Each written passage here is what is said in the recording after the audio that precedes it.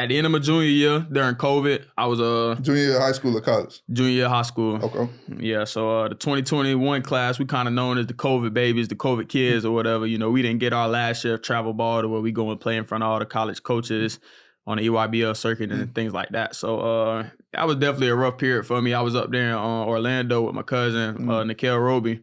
Okay, that's your cousin. That's crazy. Yeah, he took me in. He basically took me in. I was just staying up there with him.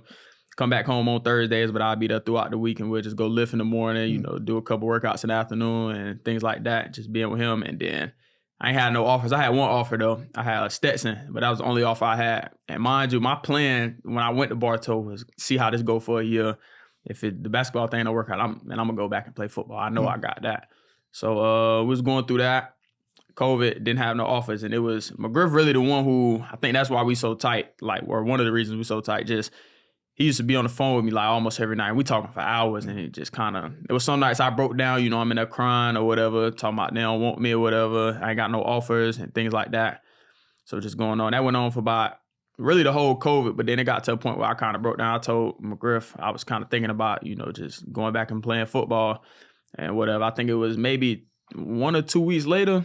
And, you know, McGriff, he real big on God. You know, we both real big on that. He's just sending me verses, steady sending me verses. I want to say a week or two later, I was on a Zoom call with James Madison, and they ended up offering me.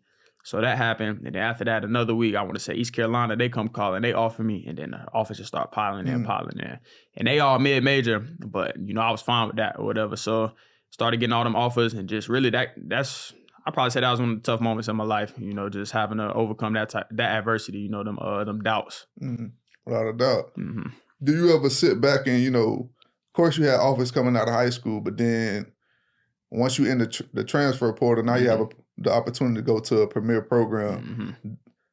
How do you look at that, knowing that, man, a lot of teams overlooked me coming out of high school, but now I'm that guy. You know, y'all overlooked me, but now I'm one of the best players in college, period. Yeah.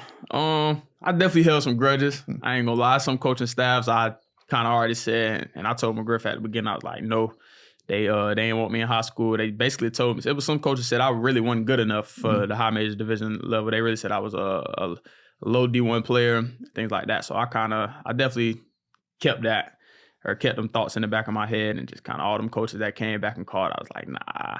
So that's really one of the reasons I gave Golden a chance. He was new to Florida. He didn't really know about me.